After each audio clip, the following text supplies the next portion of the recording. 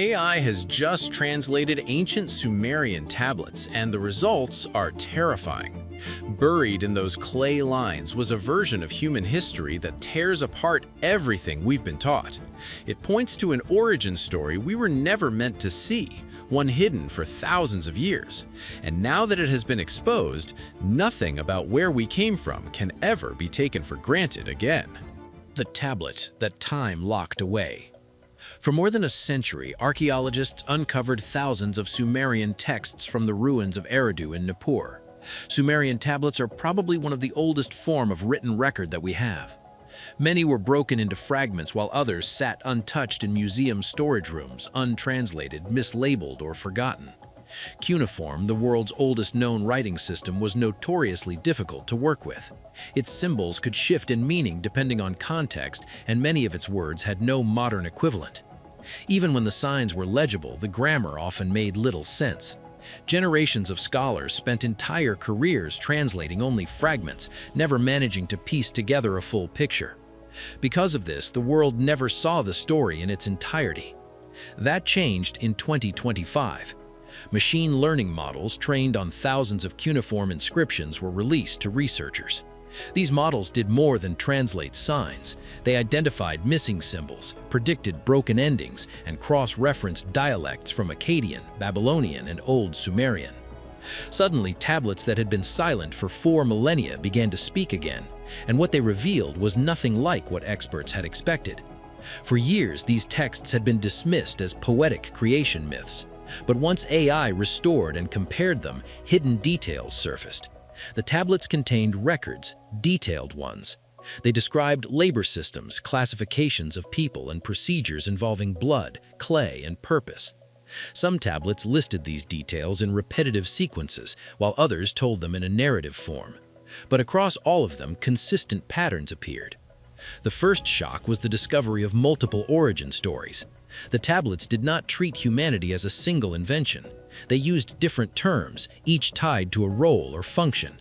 They spoke of shaping forms after the likeness of the divine, but dividing them immediately by purpose. Humanity, according to these texts, was not created as one people. It was separated from the very beginning, and at least one group, described more than once, was created with obedience as its defining trait. Artificial intelligence flagged several recurring terms that stood out. One phrase loosely translated to function-bearing life. Another referred to those who do not multiply. A third, chillingly, was clay of lower glow.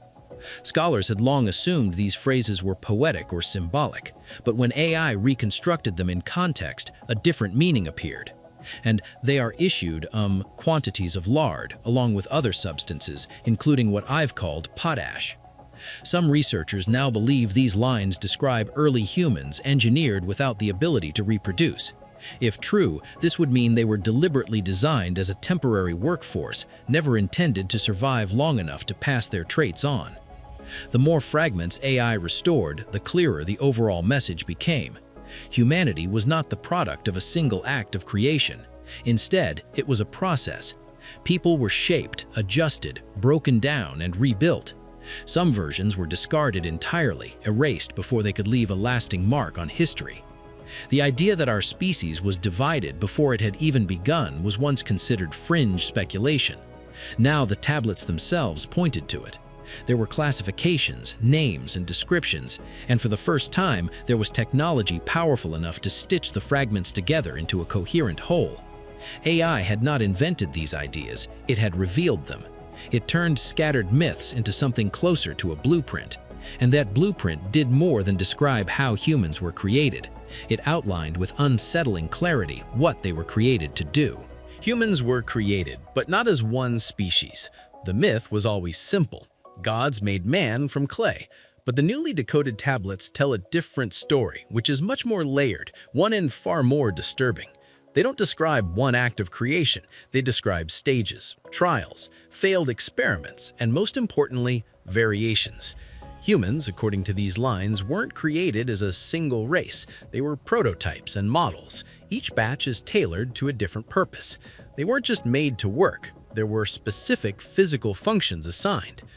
The tablets also used different terms to describe these early humans, words that until now had been assumed to mean people in general, but AI flagged differences. Some versions used Lulu, a term loosely meaning man, while others used Sog-Gig, which one Sumerologist long ago translated as the black-headed people. No one paid attention to that phrase for decades, but AI connected it to a separate passage describing a group marked for toil, with bodies molded from dark clay and eyes that do not question. Were these symbolic classes? Were they real physical traits? No one can say for sure. But the fact that the lines make such a clear distinction suggests something deeper, that even in humanity's first moments, there were categories and roles we were born into and never allowed to leave. And it doesn't stop there. Other tablets describe gods evaluating each group's performance.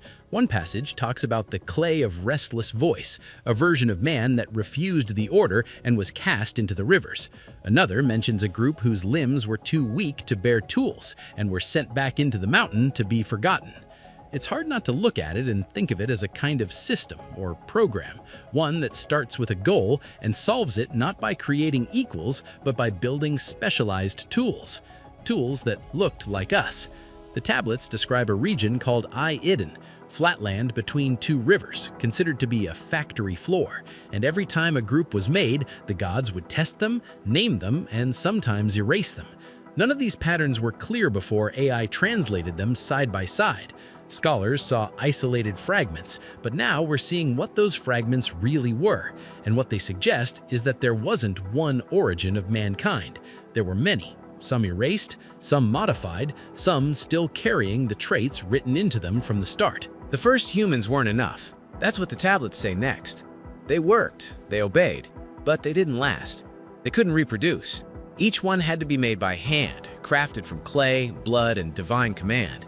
They also weren't allowed to multiply. That limitation was part of the design. It kept the gods in control. But somewhere along the line, that control started to slip. The tablets don't explain why. Some believe it was rebellion, others speak of exhaustion, too many humans dying, too few being made fast enough. But the effort wasn't sustainable, and so another change was ordered. The tablets describe it plainly. Enki, the god of wisdom, decided to revise the model. What Enki did when he did a genetic modification, he added something extra in the genetic modification that his brother found out about. This time, he wouldn't just make humans, he would upgrade them. The new version would be smarter, stronger, able to survive on its own, and most importantly, able to reproduce. A new being was created. His name was Adapa. Unlike the others, Adapa wasn't a laborer. He wasn't just shaped for toil, he was something more. Described in the texts as chief among men, Adapa was said to possess divine sight and words that moved the heavens. He could speak, reason, lead. His mind was sharp enough to understand the god's will and follow it. But even Adapa's wisdom came with limits. He was made to know much, but not all. And when the time came to test that obedience, the results were permanent. According to the tablets, the story goes like this. According to interpretations of the Sumerian tablets, the gods were called the Anunnaki. Adapa was summoned to the heavens, where Anu, the sky god, offered him the food of eternal life. But before he went, Enki warned him not to eat or drink and to refuse everything. So when the moment came, Adapa obeyed. He turned away immortality. And just like that, the chance to free humanity was lost. One decision, one command followed, and it sealed our fate. The tablets also reveal that Enki gave Adapa knowledge, but held back freedom. Whether it was a trick or a precaution, no one knows. But the result was simple. Humans would now live, they would grow, but they would also die always. That's what made Adapa different.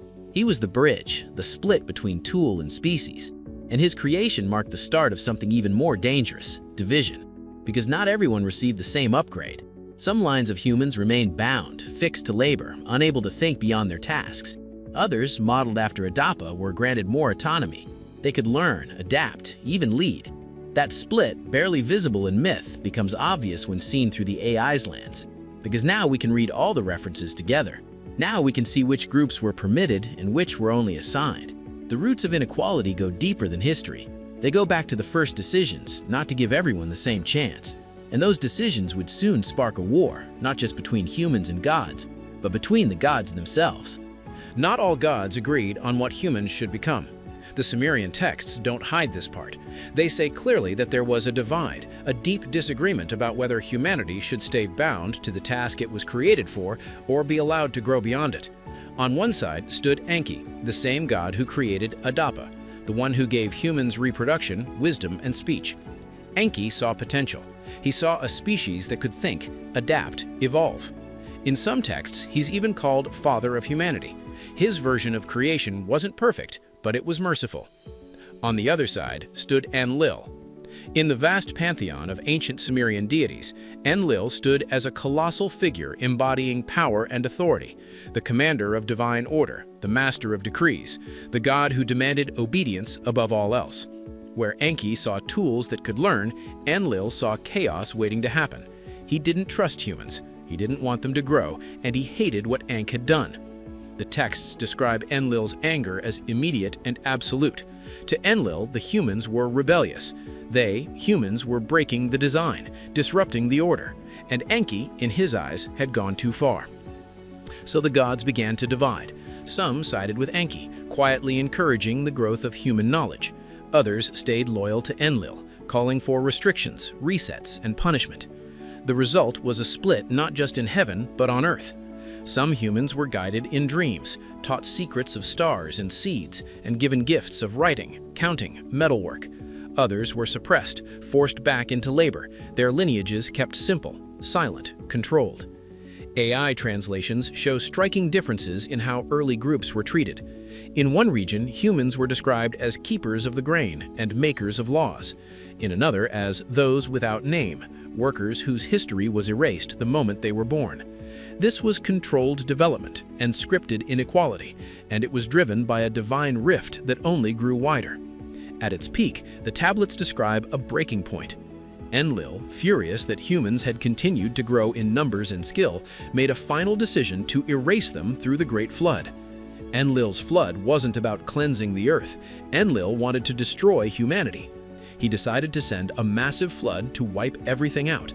It was about ending a project gone too far, erasing what he saw as a failure and resetting the order. But again, Enki intervened. He found a man and warned him.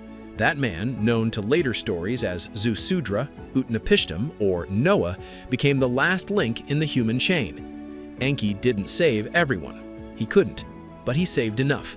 Enough to carry the line forward and preserve the version of humanity he believed in. But the war didn't end. It only changed shape.